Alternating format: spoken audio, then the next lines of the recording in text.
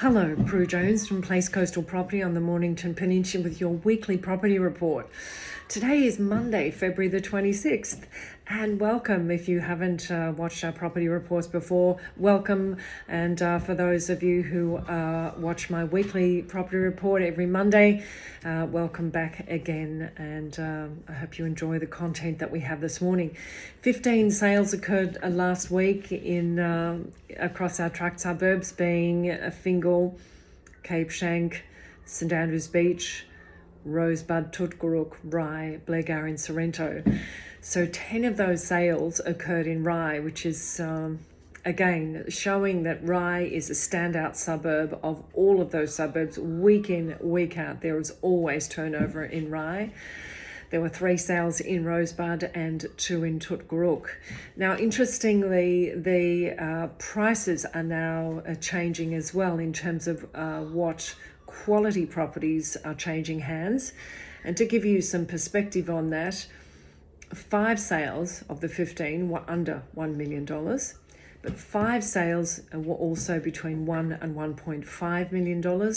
4 sales were between $1.5 and $2 million, and 1 sale was at $5 million, and that was a property that was sold at 2663 Point Nepean Road. So quite an exceptional result for a beachfront property. It did have substantial panoramic views over the bay to Arthur's Seat, so I'm sure that contributed to its value.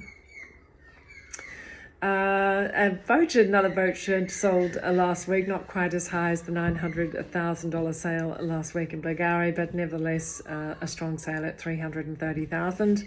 Now, as you may or may not know, boat sheds are quite unique because there's no certificate of title with a boat shed, so you can't mortgage them. You have to pay cash or find the equity from somewhere else to raise to buy the boat shed, and so it's a leasehold, if you will, from the foreshore management committees. So they are interesting ownership setups, and but certainly they're very, very popular, and the 2 sales that have occurred certainly show that the demand for boat sheds is enduring. 74 days on market was the average time across all the sales, and that's slightly longer than what we have seen in past years, but we still have come one through this January Christmas period, so we do expect that this time on market will start to reduce as we move more into the business part of the year, which is over the next quarter. And so it's showing some more significant evidence of confidence coming back into our market with the level of sales that have occurred.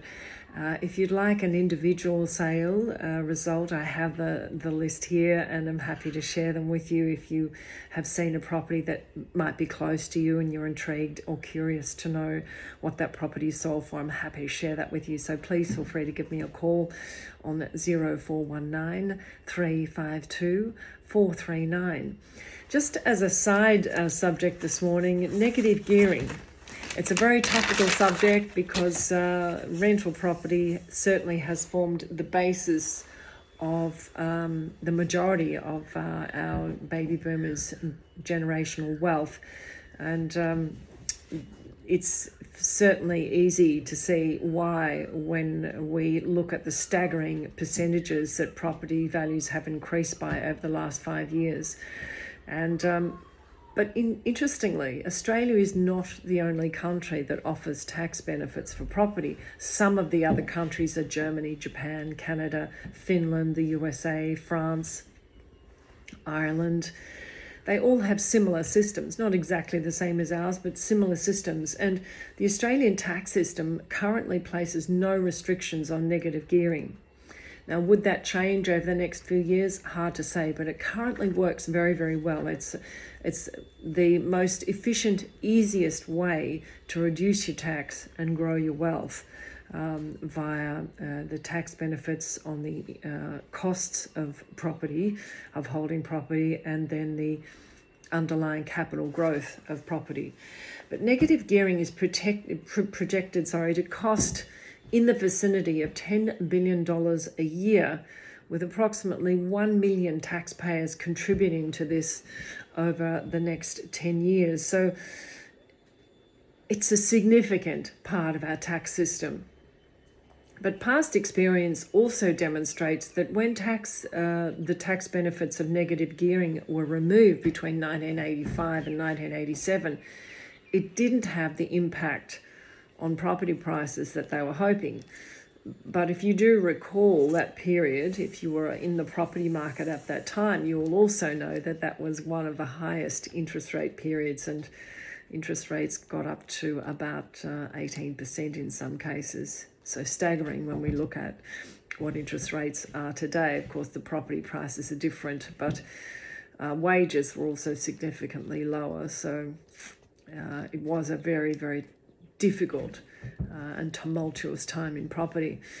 But negative gearing proves to be a substantial part of our rental system. It provides the opportunity for mum and dad investors to hold an investment property and own an investment property, and likewise provide accommodation for renters, which is an integral part of our societal needs. So should negative gearing stay? Should it be removed? It's a question I think that is discussed at many dinner parties in Australia in any given week, but it certainly provides a significant benefit to the front line of rental properties, and without it there would be far few rental properties, which I think would exacerbate our already problematic rental system here in Australia. And that's another subject for another time. Have a great week. If you are thinking about selling a home, please feel free to give me a call on 0419 352 439. We're happy to talk about the current property market, which frankly is looking pretty good at the moment.